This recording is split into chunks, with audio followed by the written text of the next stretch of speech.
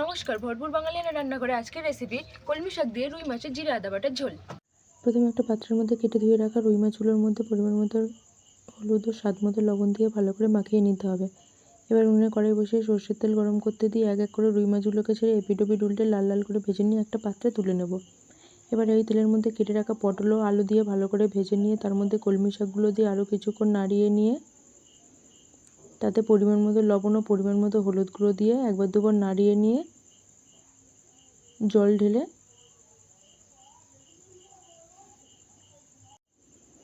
সবজি সেদ্ধ হয়ে গেছে। এবার একটা পাত্রে নামিয়ে নিয়ে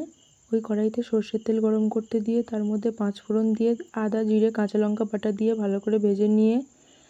টমেটো কুচি ও লবণ দিয়ে ভালো করে কষিয়ে টমেটো গলে গেলে সেদ্ধ করে রাখা সবজি দিয়ে ঝোল ফুটে গেলে ভেজে রাখা মাছগুলো দিয়ে আরও একবার দুবার ভালো করে ফুটিয়ে নিয়ে চেরা কাঁচা লঙ্কা ও ধনেপাতা কুচি ছড়িয়ে নামিয়ে গরম গরম ভাতের সাথে পরিবেশন করুন।